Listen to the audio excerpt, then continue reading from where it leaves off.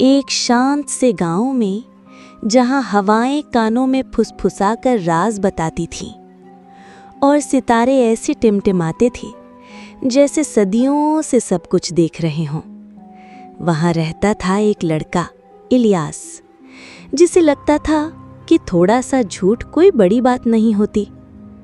लेकिन ये सब तब तक था जब तक उसे अपने दादा की अटारी में एक उड़ने वाली जादुई कालीन नहीं मिल गई।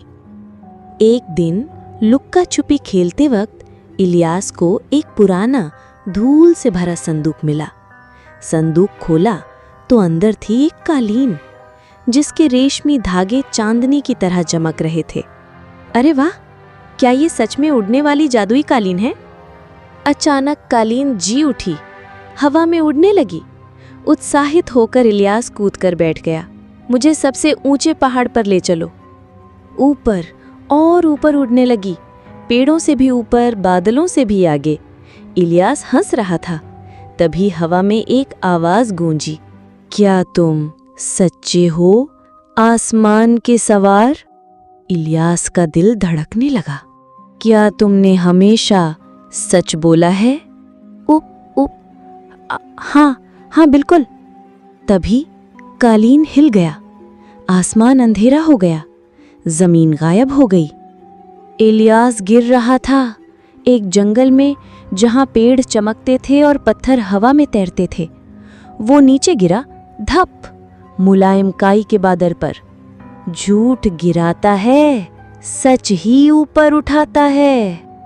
अब इलियास था माया जंगल में फंसा, जहां आईने जैसे बंदर उसके बोले हुए झूठ दोहराते थे और परछाई वाले सांप उसके छिपे राज फुफकारते थे। उसने गुलदान नहीं तोड़ा, उसने होमवर्क किया, उसने दांत साफ किए। ठीक है, मैंने झूठ बोला, मैंने गुलदान तोड़ा, होमवर्क नहीं किया, सारी टॉफियां खा ली।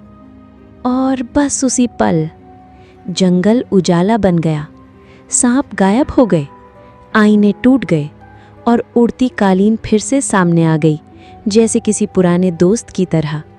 मुझे माफ कर दो, अब मैं हमेशा सच बोलूंगा। कालीन चमक उठी, धीरे से उसे उठाया और फिर से आसमान में उड़ चली। इस बार सितारे झिलमिलाए जैसे दाद दे रहे हों और हवा ने कहा, सच ही असली जादू है। और क्या पता, आपकी सच्चाई भी आपके खुद की उड़ने वाली कालीन को जगा दे। प्यारे बच्चों, जैसे इलियास ने सीखा, वैसे ही हमें भी समझना चाहिए। अल्लाह को सच्चाई पसंद है। रसूलुल्लाह सल्लल्लाहु अलैहि वसल्लम ने फरमाया, सच बोलना भलाई की ओर ले जाता है और भलाई जन्नत की ओर।